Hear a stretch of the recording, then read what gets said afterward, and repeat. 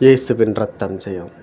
இன்று நம் அன்னையாம் திருச்சபையானது அன்னை கன்னிமரியாவின் பிறப்பு விழாவினை சிறப்பிக்கின்றது.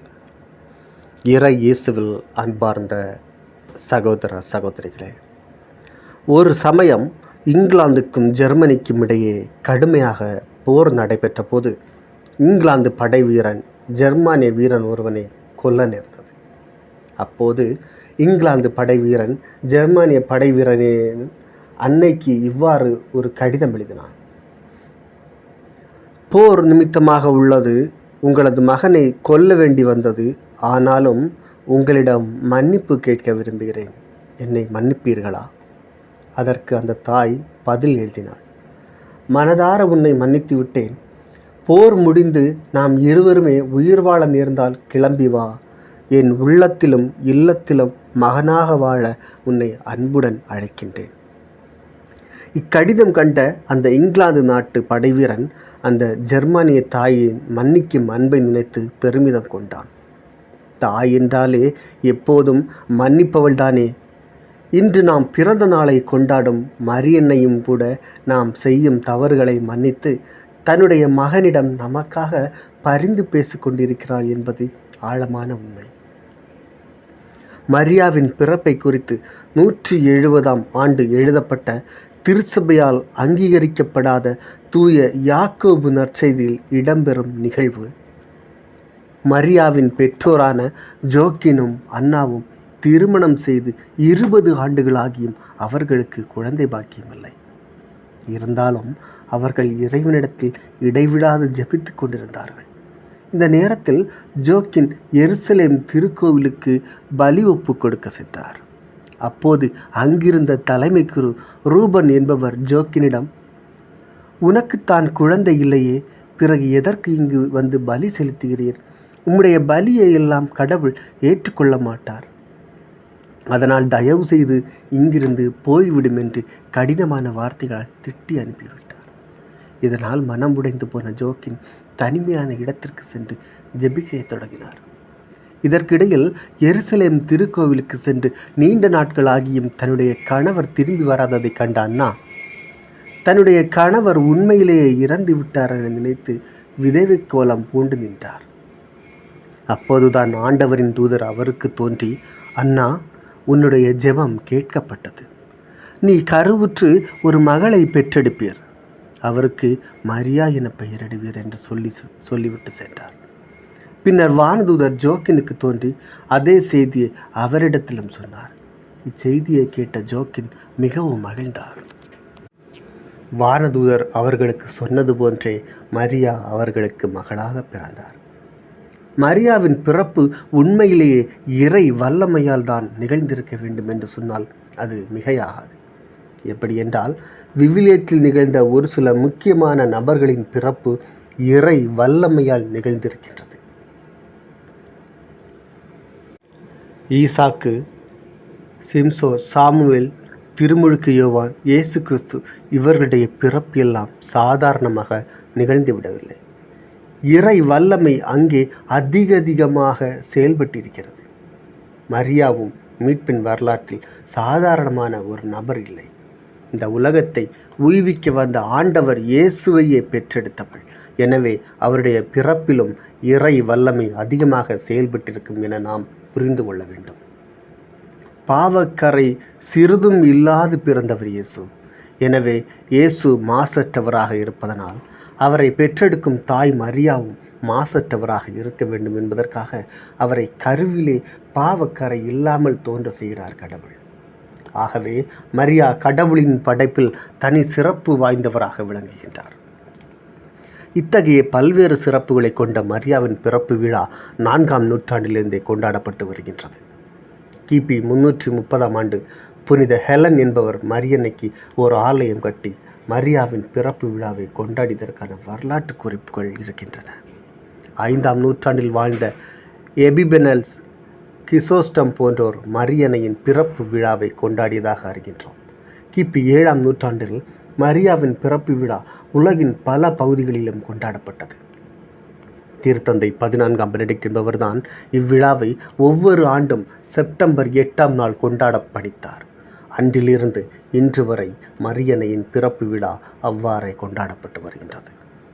திருச்சபை வழக்கமாக புனிதரின் தூயவரின் இறந்த நாளை அல்லது அவருடைய விண்ணக பிறப்பைத்தான் கொண்டாடும். மண்ணகை பிறப்பை கொண்டாடுவதில்லை. இதற்கு விதிவிலக்கு ஆண்டவர் இயேசு, திருமுழுக்கு யோவான், அன்னை மரியா. இதை வைத்து பார்க்கும்போது திருச்சபையில் மரியா எந்த அளவுக்கு முக்கியத்துவம் வாய்ந்தவர் என நாம் புரிந்து கொள்ளலாம். மரியா பாவத்தால் வீழ்ந்து கிடந்த இந்த மானுட சமூகத்தை தன்னுடைய திருமகனால் மீட்டவர். எனவே அவருடைய பிறப்பு விழாவை கொண்டாடுவது என்பது அன்னைக்கும் ஆண்டவருக்கும் பெருமை சேர்ப்பதாக இருக்கும் என்பதில் எந்தவித சந்தேகமும் இல்லை. மரியன்னையிடம் நாம் கற்றுக்கொள்ள வேண்டிய பாடம் என்னவென்றால், இறைவனின் தாய், மீட்பரின் தாய் என அன்போடு அழைக்கப்படும் மரியன்னையின் விழாவை கொண்டாடும் இந்த நாளில் அவரிடமிருந்து என்ன பாடத்தை கற்றுக்கொள்ளலாம் என சிந்தித்து பார்ப்போம். மரியா தேவையில் இருப்போருக்கு இறங்கும் நல்ல குணம் படைத்த பெண்மணியாக வாழ்ந்து வந்தார் என்று சொன்னால் அது மிகையாகாது. பேறுகால வேளையில் இருந்த தன்னுடைய உறவுக்கார பெண்மணிக்கு காடு மலைகளை கடந்து உதவ செல்கிறார். ரசம் தீர்ந்து போனதால் இக்கட்டான சூழ்நிலையில் இருந்த கானா திருமண வீட்டாருக்கு உதவ செல்கிறார். இவற்றையெல்லாம் மரியா யாரும் கேட்காமல் தாமாகவே சென்று செய்கிறார். மரியாவின் பிறப்பு விழாவை கொண்டாடும் நாம் நம்மிடத்தில் அவரிடம் இருந்த இரக்க குணம், தேவையில் இருக்கின்ற மக்கள் மீது இறங்கும் குணம் இருக்கின்றதா என சிந்தித்து பார்க்க வேண்டும். நாம் தேவையில் இருப்போர் மீது இறங்கும்போது மரியாவின் கடவுளின் அன்பு பிள்ளைகளாக மாறுவதோடு மட்டுமல்லாமல் அப்படிப்பட்ட குணம் நம்முடைய உள்ளத்திற்கு ஆறுதலையும் தருகின்றது. இது யாராலும் மறக்க முடியாத உண்மை. இந்த உண்மையை விளக்க ஒரு கதை. ஒரு முறை இளைஞர் ஒருவன் ஒரு குருவிடம் சென்று தனக்கு இருக்கும் சந்தேகங்களை கேட்டான். நீண்ட நேரம் பூஜை செய்கிறேன், நெடுநேரம் தியானம் செய்கிறேன், மனம் அமைதியடையவில்லை, அதற்கு நான் என்ன செய்ய வேண்டும் என்று கேட்டான். எல்லாவற்றையும் பொறுமையாக கேட்டுவிட்டு பின்னர் குரு அவனிடத்தில் சொன்னார், உன்னால் முடிந்தவரை ஏழைகளுக்கு உதவி செய். யாரேனும் ஏழை நோயுற்றிருந்தால் சிகிச்சைக்கு ஏற்பாடு செய்து அவனுக்கு பணிவிடை செய். அதனால் உனக்கு மன அமைதி உண்டாகும் என்றார். ஆம், தேவையில் இருக்கும் ஓர் ஏழைக்கு உதவும் போது நம்முடைய உள்ளத்தில் மன அமைதி உண்டாகின்றது. அதே வேளையில் நாம் மரியாவின் அன்பு பிள்ளைகளாகின்றோம். மரியா எப்போதும் கடவுளின் திருவுளத்திற்கு பணிந்து வாழ்ந்தவராக விளங்கினார் என்று சொன்னால் அது மிகையாகாது.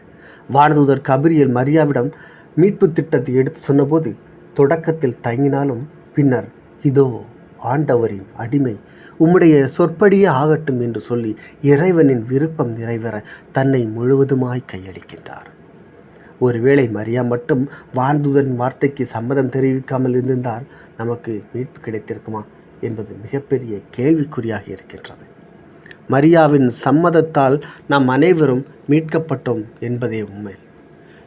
இன்று நாம் கடவுளின் திருவுளத்திற்கு பணிந்து நடக்கின்றோமா அல்லது நம்முடைய விருப்பத்தின்படி நடக்கின்றோமா என சிந்தித்து பார்க்க வேண்டும். பல நேரங்களில் கடவுளின் விருப்பத்தை மறந்து நம்முடைய விருப்பத்தின்படி மனம் போன போக்கில் வாழ்ந்து கொண்டிருக்கின்றோம். இந்நிலை மாற வேண்டும். நாம் அனைவரும் மரியாவை போன்று கடவுளின் திருவுளத்திற்கு பணிந்து நடக்க கற்றுக்கொள்ள வேண்டும்.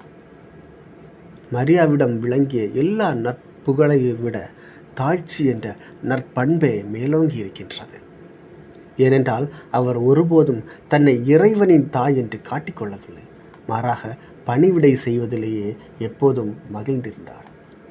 அதனால்தான் இறைவன் அவரை மேலும் மேலும் உயர்த்துகின்றார். நாமும் தாழ்ச்சியோடு வாழும்போது இறைவனால் உயர்த்தப்படுவோம் என்பது உறுதி. ஆனால் வேடிக்கை என்னவென்றால், நம்மிடத்தில் தாழ்ச்சி என்ற நற்பண்பு பெருகுவதை விடவும் ஆணவம் என்ற துற்பண்பு தான் அதிகமாக பெருகின்றது. அதனால் நாம் மேலும் மேலும் அழிவு சந்திக்கின்றோம். திருமொழிகள் புத்தகம் 29:23 வாசிக்கின்றோம், இருமாப்பு ஒருவரை தாழ்த்தும், தாழ்மை உள்ளம் ஒருவரை உயர்த்தும். இது எவ்வளவு அர்த்தம் நிறைந்த வார்த்தைகள்! நம் ஆணவத்தோடும் இருமாப்போடும் இருக்கின்ற போது அழிவுதான் உறுதி. ஒரு ஊரில் மிகவும் படித்த அறிஞர் ஒருவர் இருந்தார். தன் கல்வி பற்றி அவருக்கு எப்போதும் அகந்தை உண்டு. ஒரு நாள் அவர் ஒரு குருவை அணுகி தனக்கு ஞானம் தருமாறு வேண்டினார். அப்போது வெளியே மழை பெய்து கொண்டிருந்தார். ஞானி அவரிடத்தில் சொன்னார், முதலில் மழையில் போய் நின்று கைகளை உயர்த்தி ஆகாயத்தை பார். படித்தவர் அப்படியே செய்தார். ஆனால் அவருக்கு பிடிக்கவில்லை. குருவிடம் வந்து, கொட்டும் மழையில் முழுக்க நனைந்து ஒரு முட்டாள் போல் நின்று கொண்டிருக்கிறேன் என்றார். அதற்கு குரு, முதல் நாளே உனக்கு உன்னை பற்றிய தெளிவு வந்துவிட்டதே, அது நல்லது என்றார். எல்லாம் தெரிந்தவர் என்று ஆணவத்தோடு இருந்த அந்த அறிஞருக்கு குருவின் வார்த்தைகள் சாட்டையடி போன்று இறங்கின. அகந்தையினால் அழிவு ஒன்றை மிஞ்சும் என்பதை இந்த கதை நமக்கு எடுத்து கூறுகின்றது. நாம் ஆணவத்தோடும் அகந்தையோடும் வாழாமல் தாழ்ச்சியோடு வாழ வேண்டும் என்பதைத்தான் மரியாவின் வாழ்வு நமக்கு கற்றுத்தருகிறது.